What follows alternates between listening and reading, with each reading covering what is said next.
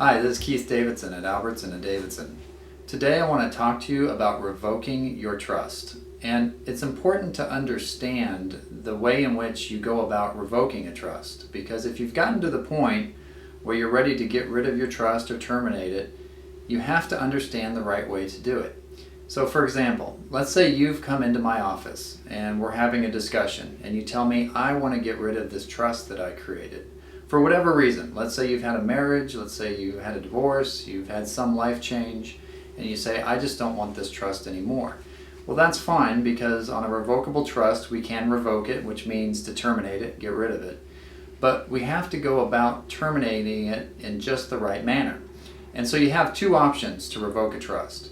One is you can go and actually look at the trust document. Most trusts actually have a provision, and they'll tell you this is how you revoke the trust.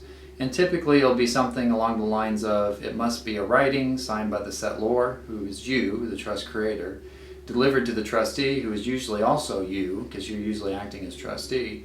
And sometimes it'll require notarization, sometimes it won't.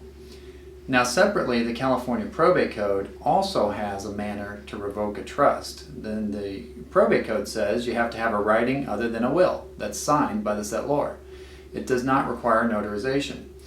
You can use either manner to revoke a trust. So you can follow the probate code or you can follow the trust terms, unless the trust says that its method is the only way to revoke the trust, pardon me. And if that's the case, then you do have to follow only what the trust says. Now, best practices, we almost always follow what the trust says, because that way you're sure that the revocation is going to be proper and upheld if ever it's questioned in the future.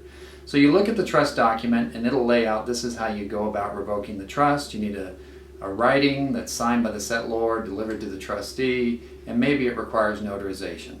And so we draft that up and we have you, the settlor, sign it.